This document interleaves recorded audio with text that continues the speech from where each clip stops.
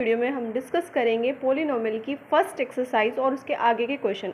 First part को हम already discuss कर चुके हैं, सेकंड पार्ट को हम देखने वाले हैं क्या उसमें सॉल्व करना है। So let's get started. तो आपको क्वेश्चन नंबर 2 में क्या करना है, कॉफिशिएंट को बताना है एक्स स्क्वायर में, एक्स स्क्वायर का कॉफिशिएंट बताना है इन सभी गिवन पॉलिनोमियल में। तो आपको पहले मैं बता दूं कॉफिशिएंट होता क्या है। तो कॉफिशिएंट आपका वो नंबर होता है, वो न्यूमेरिकल वैल्यू होती है, न्यूमेरिकल वैल्यू होती है जो कि आपकी जिस भी वेरिएबल की हाईएस्ट पावर के साथ पूछी जाती है, जैसे कि एक्स स्क्वायर। अब आप पहले वाले क्वेश्चन को देखते हैं।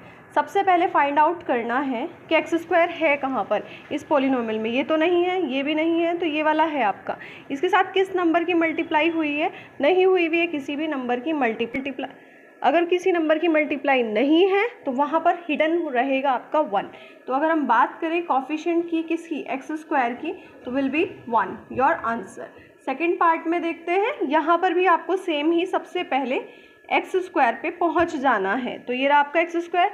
यहाँ पर भी हमारे पास कोई भी नंबर नहीं है। कोई भी नंबर होने का नहीं मतलब होता है कि वहाँ पर 1 आपका प्रेजेंट रहेगा। तो coefficient of x square will be, but look at this sign as well as, तो आपको यहाँ पर माइनस साइन देखने को मिलता है। That means the coefficient of x square will be minus के 1। थर्ड पार्ट में देखते हैं, pi upon 2 x square plus x. So अब आपको फिर से वही करना है, एक्स स्क्वायर को पॉइंट आउट करेंगे, उस टर्म पे पहुंच जाएंगे, उसके साथ जो भी अभी मैंने आपको यहाँ पर बताया न्यूमेरिकल वैल्यू, तो अगर उसके साथ कुछ और भी लिखा हुआ होगा तो आप उसको भी कंसीडर करेंगे एक्स स्क्वायर के साथ। तो एक्स स्क्वायर को छोड़ करके एक्सेप्ट एक्स स्क्वायर जो भी कुछ मल्टीप्लाई में है वो सब आपका कॉफिशिएंट कंसीडर होगा। Is it clear?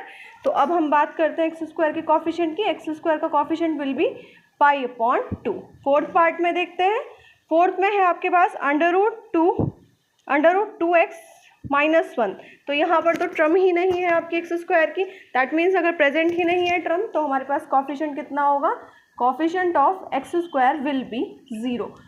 आप अब नेक्स्ट क्वेश्चन पे देखते हैं। क्वेश्चन नंबर 3 पे आपको पॉलिनोमियल का फॉर्मेशन करना है। तो बाइनोमियल का करना है और मोनोमियल का करना है, और डिग्री आपको क्वेश्चन में गिवन है कितनी कितनी डिग्री का बनाना है।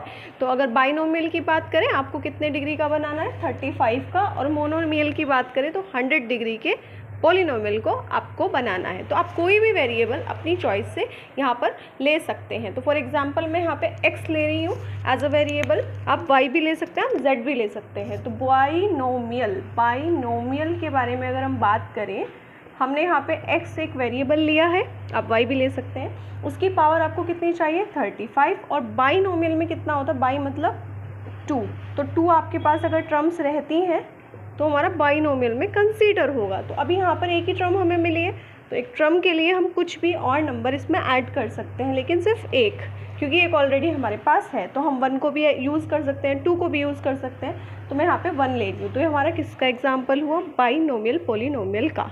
मोनोमियल की बात करते हैं। मोनोमियल में आपको डिग्री कितनी लेनी है, आपको डिग्री लेनी है 100।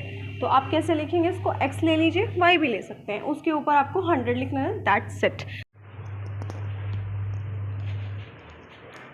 अब चलते हैं क्वेश्चन नंबर 4 की तरफ। तो इसमें आपको क्या करना है, इसमें पॉलिनोमियल की आपको डिग्री को बताना है। तो डिग्री के लिए हम क्या करते हैं, तो डिग्री आप कैसे पता करते हैं, पॉलिनोमियल में पहले आपको वेरिएबल को पिक करना है। उस वेरिएबल में भी आपको ये देखना है कि किस वेरिएबल की हाईएस्ट पावर है, और वो ही आपकी फाइनल में डिग्री कहलाती है। तो देखते हैं क्वेश्चन क्या गिवन है इसके अंदर।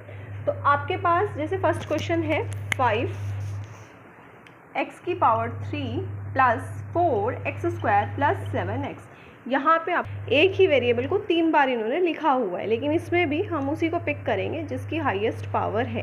तो हाईएस्ट पावर हमारी 5x की क्यूब में है, तो इसका मतलब जो डिग्री होगी हमारी, डिग्री जो होगी हमारी गिवन पॉलिनोमियल की विल बी 3।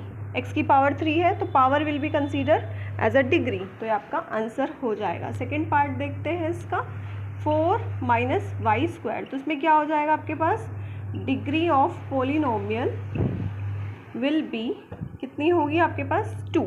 तो आपको क्या करना है, बस वेरिएबल की पावर को देखना है हाईएस्ट, और आपका आंसर आ जाएगा। थर्ड वाला देखते हैं, 5t माइनस अंडर रूट 7। तो ये आपके पास t है, लेकिन इसमें t के ऊपर कितना लिखा हुआ है, 1। एक ही वेरिएबल प्रेजेंट है और एक ही बार प्रेजेंट है, तो degree of T will be 1। Fourth part देखते हैं। फोर्थ में आपके पास कोई भी वेरिएबल नहीं है, कोई वेरिएबल नहीं है, तो डिग्री विल बी 0।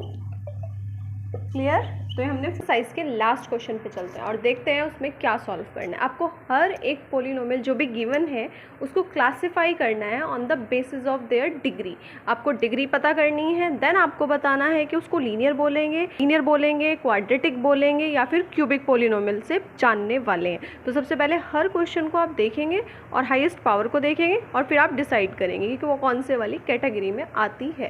तो पहला क्वेश्चन है आपके पास x² + x। तो पहले वाले क्वेश्चन में आपने देखा कि वेरिएबल की हाईएस्ट पावर यहाँ पर 2 है, तो 2 होने का मतलब ये जो होगी हमारी क्वाड्रेटिक पॉलिनोमियल में कंसीडर होगी। सेकंड वाले क्वेश्चन में क्या होगा, x - x की पावर 3, हाईएस्ट पावर कितनी है 3, तो 3 का मतलब ये आपकी क्यूबिक होगी। रिमेंबर माय वर्ड्स कि हाईएस्ट आपको पावर चेक करनी है, that's it, nothing to think about it.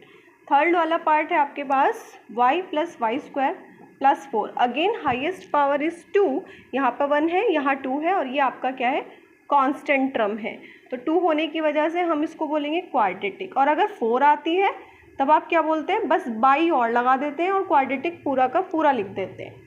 Fourth वाले में देखते हैं 4th है आपका 1 + x। तो यहाँ पर वेरिएबल की पावर है 1, तो ये आपका लीनियर पॉलिनोमियल होगी। नेक्स्ट आपका 5th है। 5th में आपके पास 3t है, t की पावर कितनी है 1, तो ये क्या हो जाएगा, फिर से लीनियर हो जाएगा। एंड लास्ट वाला देखते हैं r², कितनी पावर है, 2 पावर है, तो क्वाड्रेटिक। Hope you understand. यहाँ पर हमारी पूरी एक्सरसाइज ख़त्म होती है और हमने पूरी एक्सरसाइज को अच्छे से समझा। लेकिन अगर अभी भी आपको कोई डाउट है तो आप कमेंट कर सकते हैं। Thank you for watching it and stay tuning for the such more informative video.